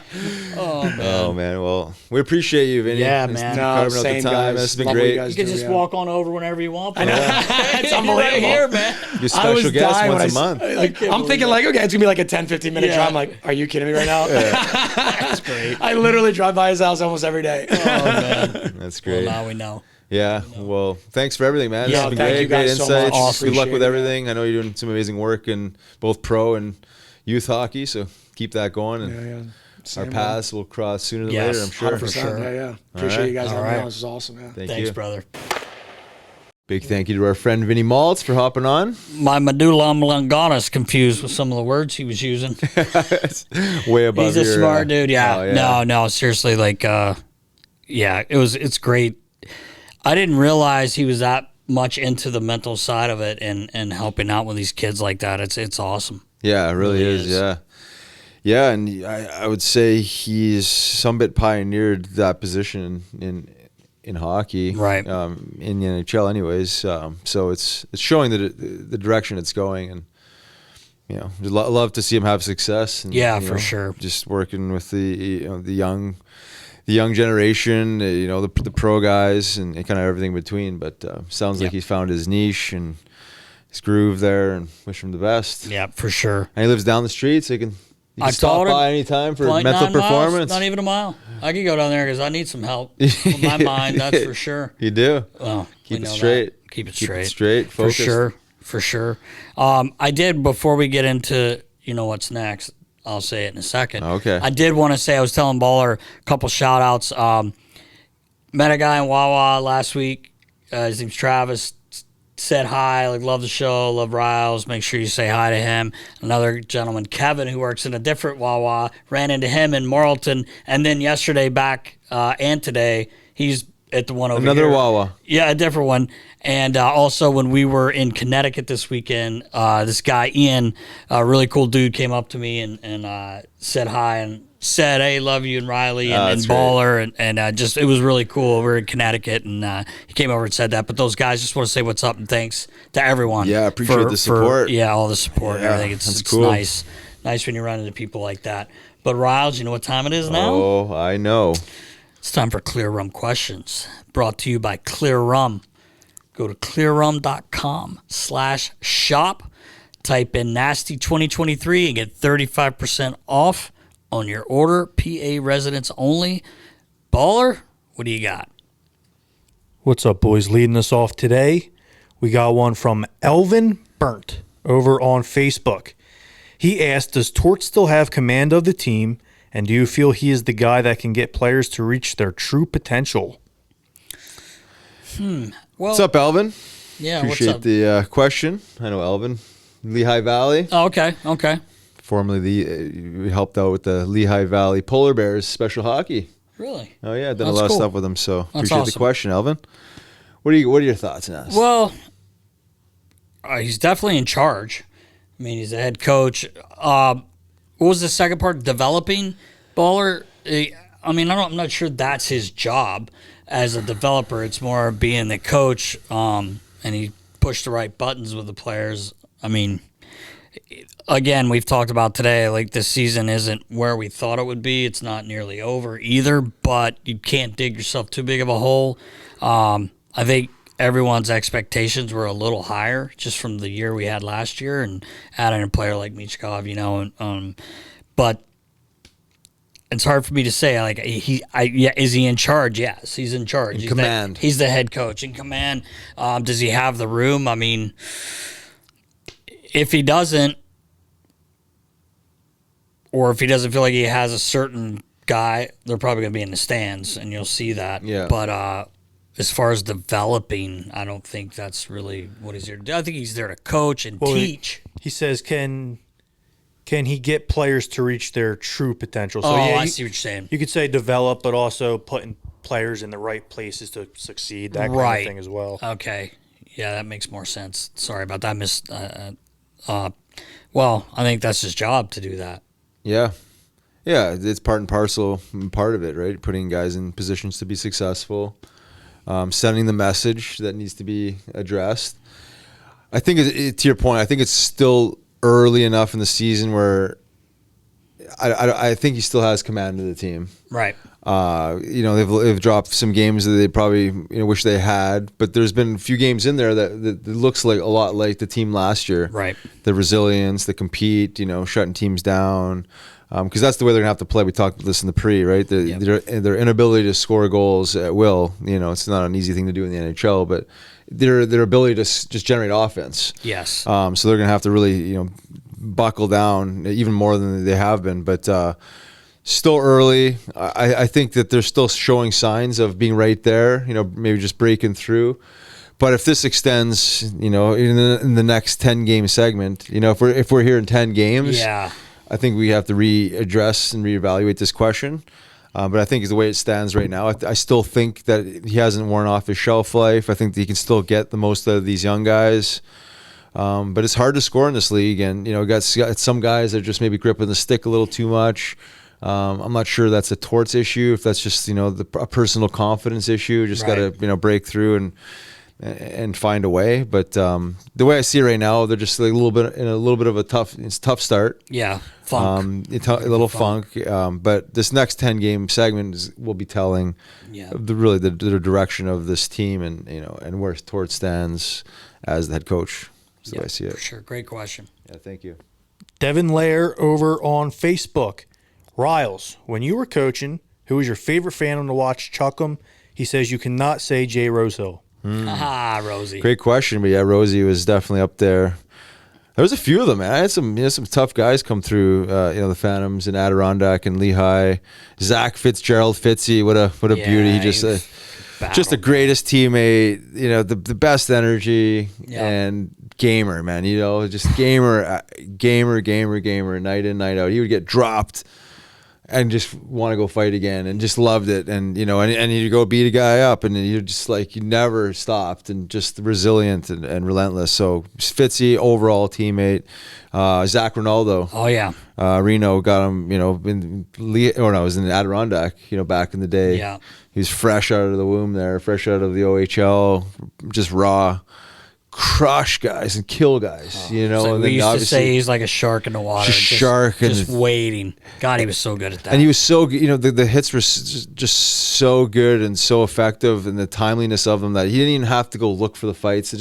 They came. Guys just just want to have to fight him all the time. Right. And he would, he'd catch guys on, unassumingly sometimes, and we'd get that first punch in. But Reno was definitely up there. Just entertaining. Game or two, knew what he had to do. He, always play with a chip on his shoulder. There's guys like, Zach Stortini, mentioned Jay Rosehill, Tyrell Goulburn, just crush guys and fight. But I think Reno and Fitzy overall, just gamer night in, night out. Yeah. This one is from Jeremy Toasty Locust. Ooh, over on Toasty. Twitter. Jeremy wants to know, was Sealer justified to break in when Cooch dropped the gloves with Jack Eye last week? Well, I was glad he did. Yeah. Not that, Coots is a pro and has had to fight here and there throughout his career, and it's not like he's scared, but that's just a fight we don't want. Right. Anyone except for maybe Delory or Seals, fighting a guy that tough. And, Wi-Fi felt like Coots got Doc and by Coots. And you could tell by Coots, like his reactions like, well, all right, well, I'll fight, but I don't want to. And I'm glad Seals jumped in, even if it's a third man. Like that's what teammates do. You don't want your captain having to fight that guy. That's just my opinion. No, I agree with it. That's why guys like Seals and Nick Delorier and these guys are still on teams. Like obviously Seals can play, they both can play. Right. But you don't want your captain, you don't want Coots fighting that guy. I mean, he's a legitimately tough heavyweight. So to me, that was what needed to happen. Yeah. I mean, screw the third man in. I mean, you know what I mean? At that point, it's more about the team and protecting your players than, dealing with the penalty. I think that, that goes by the wayside if you do the right thing. I agree. So, I think that's sums up Seal's character. Yes. Why he's a flyer and, his mentality, and knows exactly what he needs to do without thinking about it. So, I liked it. All right, we got one more. This one's from FlyersFan39 over on Twitter. Of all the players who need to get rolling, who is the most critical? Well, I'd like to think, as Baller said earlier, we were talking, Tippett is usually streaky. So maybe last night's was a snipe. Yeah, unbelievable play. TK made a nice play to him, but he buried it. Hopefully that gets Tip going. It's only 2 goals on the year for him. So, you're looking to him. You're hoping he gets 30. Yeah, right? at least. So hopefully he gets hot. Frosty's been snake Frosty bitten. cakes, yeah. I'm hoping his blast last night from his shin guard for his first goal gets him going too. Like, just get that monkey off your back, right? But I would say Tip's a guy we're looking for to have, to put the puck in the net more. Yeah, because he can. Yeah, like you said, Tip's got a lot more in him. I mean, he's expected to score. Him, Frosty, like that one. I would say even Beezer, Joel Farabee. Not that I dislike his game, but I think there's more there too. Right. And just as a collective, they just need to find ways as a unit, a full team unit here to chip in and score goals. Yep. It's gonna be a long year if they're only scoring, 2-3 goals a night. You're only getting 20 shots. So but Tip obviously can shoot and score. Beezer, Frosty, these guys that can all score. Yes. I mean, it's just a matter of finding the net and then finding the net consistently. Yes, for sure. Wish those guys the best. Yeah, there's a few more. We need them. Yep. That's a wrap, Nast. That's it. That's it. 178 in the books. Can you believe it? Actually, I can, because last week was 177. I guess that makes sense. That's what Baller was saying. At 1 to 177, you got 178. Yeah, here we are. Here we a week are. later. It's awesome. We did it. Made it. We made it. Well, appreciate all you guys' support. Be sure to continue to ask questions, subscribe, like, comment on all social media platforms. And until next week for 179, stay safe, knuckleheads. See ya.